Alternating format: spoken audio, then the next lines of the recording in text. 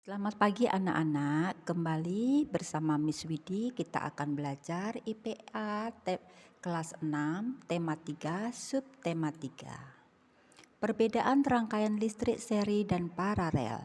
Rangkaian listrik seri dan paralel dapat diterapkan pada beban atau lampu dan juga sumber energi listrik atau baterai. Nah, apa perbedaan antara kedua jenis rangkaian tersebut ya? Nah, perbedaan rangkaian seri dan paralel pada komponen lampu, ya.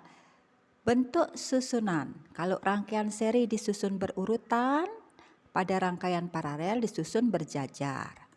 Kemudian dari nyala lampu, rangkaian seri terpengaruh jumlah lampu yang dirangkai, sedangkan pada rangkaian paralel tidak terpengaruh jumlah lampu yang dirangkai. Kemudian, jika salah satu lampu rusak pada rangkaian seri, semua lampu akan padam, dan pada rangkaian paralel lampu lain tetap menyala. Dari kabel yang dibutuhkan untuk rangkaian seri lebih sedikit dan pada rangkaian paralel lebih banyak tergantung jumlah lampu. Perbedaan rangkaian seri dan paralel pada komponen baterai. Perbedaannya dari bentuk susunan, rangkaian seri disusun berurutan, sedangkan pada rangkaian paralel disusun berjajar. Energi yang dihasilkan dalam rangkaian pada rangkaian seri sesuai jumlah baterai, semakin banyak baterai, makin besar energi listriknya. Pada rangkaian paralel tidak terpengaruh jumlah baterai. Kemudian, apabila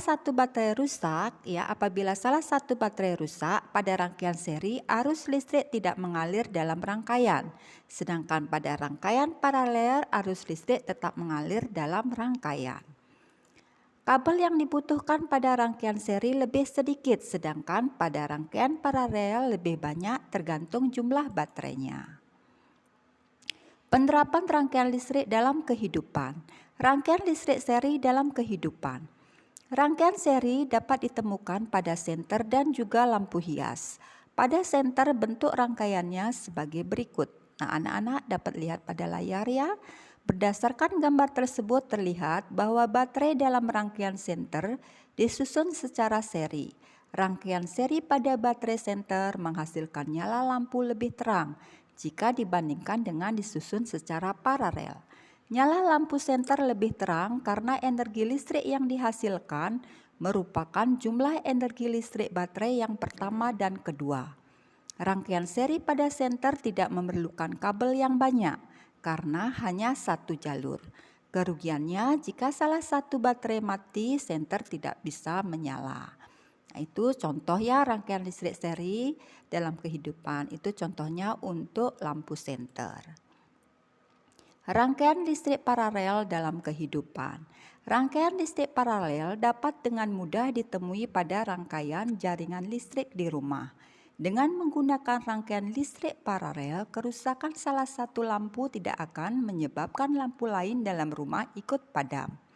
Hal ini karena rangkaian listrik paralel tidak hanya menggunakan satu jalur dalam mengalirkan arus listrik. Akibat jalur aliran listrik yang lebih dari satu ini, kebutuhan kabel lebih banyak dibandingkan ketika dirangkai secara seri.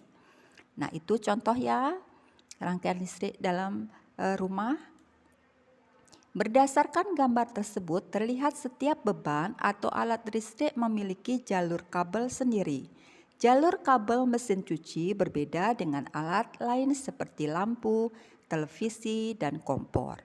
Jika salah satu dari alat listrik tersebut tidak menyala, alat listrik lain masih dapat berfungsi karena jalur yang digunakan berbeda. Inilah keuntungan rangkaian paralel dalam suatu rangkaian listrik. Namun ada kelemahan dalam rangkaian ini, yaitu kebutuhan kabel listrik menyesuaikan dengan jumlah jalur yang dibuat. Jika jalur yang dibuat banyak, kebutuhan kabel listrik juga banyak. Nah, anak-anak, sekian penjelasannya Miss Widi hari ini. Selamat belajar, tetap semangat, dan salam sehat. Terima kasih.